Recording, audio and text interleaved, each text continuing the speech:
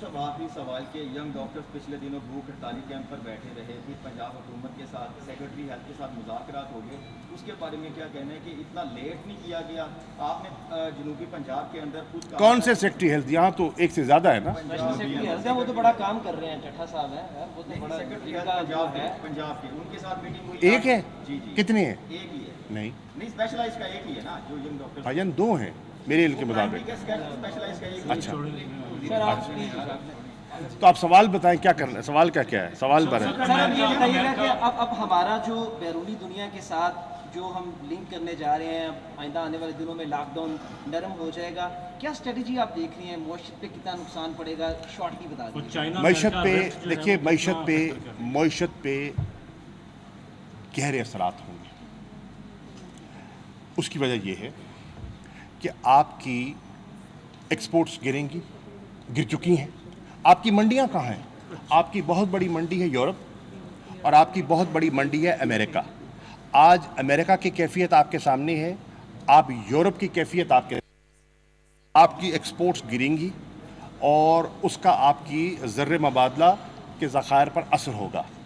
آپ کی بہت بڑی لیبر جو ہے فورس ہے گلف میں آپ دیکھ رہے ہیں کہ پیٹرول کی قیمتوں کی، کروڈ آئل کی قیمتوں کی کیفیت کہاں آئی ہے؟ نیچے آئی ہیں. تو وہاں لے آفس کے امکانات ہیں. آج جو سٹینڈرڈ پاکستانی باہر بیٹھے ہیں اور واپس آنا چاہتے ہیں، اس کی بنیادی وجہ یہ ہے کہ وہاں ایک سلو ڈاؤن ہے، ایک اکنامک سلو ڈاؤن ہے، اور اس کی وجہ سے جو ہمیں ریمیٹنسز آتے تھے اس کا بھی امپیکٹ ہوگا. ہماری جو گروتھ ہے وہ بھی کم ہوگی. اور جو اکانومسٹ ہیں وہ کہتے ہیں کہ دنیا ایک گلوبل کنٹریکشن کی طرف جا رہی ہے، اور کم از کم ان کا اندازہ ہے کہ 3% کنٹریکشن ہوگی. اور اگر 3% کنٹریکشن ہوتی ہے، that means trillions of dollars, billions نہیں، ٹریلینز آف ڈالرز کا امپیکٹ ہوگا گلوبل اکانومی پر. تو پاکستان اس گلوبل اکانومی کا حصہ ہے. اسی چیز کو سامنے رکھتے ہوئے عمران خان صاحب نے ایک گلوبل انیشیٹو لیا، اور وہ گلوبل انیشیٹو ہے ڈیٹ ریلیف کا. اور عمران خان صاحب نے پاکستان کے لیے نہیں، پاکستان جیسے ان 75 دیگر ممالک کی آواز بلند کی جو کہ انڈیٹڈ ہیں اور وہ کرونا وائرس کا مقابلہ کر رہے ہیں، اور ان کے پاس فسکل سپیس جو ہے وہ لمیٹڈ ہے. اور اس فسکل سپیس کے لیے وہ کہہ رہے ہیں کہ آپ ہمیں ڈیٹ ریلیف دیں. جب آپ ہمیں ڈیٹ ریلیف دیں گے تو وہ پیسہ جو ہمیں دستیاب ہوگا، وہ پیسہ ہم خرچ کر سکیں گے ادویات پر، لوگوں کی جانوں کو بچانے کے لیے، وینٹیلیٹرز کی خرید پر، ہاسپٹلز کو زیادہ اکوپ کرنے کے لیے. تو اس پہ بھی ہمیں ٹریکشن مل رہی ہے. اقوام متحدہ کے سیکرٹری جنرل کے ساتھ ہمارا رابطہ ہے. ہمارے جو مندوب ہیں منیر اکرم صاحب نیو یارک میں، ان کو میں نے ہدایت دی ہے، انہوں نے وہاں ایک فرینڈز کا گروپ بنا لیا ہے، اور وہ دیگر ممالک سے رابطے کر رہے ہیں جو پاکستان کی اس سوچ کے ساتھ ہم آہنگ ہیں، تاکہ ہم یک زباں ہو کر جو G20 ہے، جو انٹرنیشنل فائنینشیل انسٹیٹیوشنز ہیں، ان سے بات کریں کہ ڈیٹ ریلیف دیا جائے ڈیولپنگ ورلڈ کو.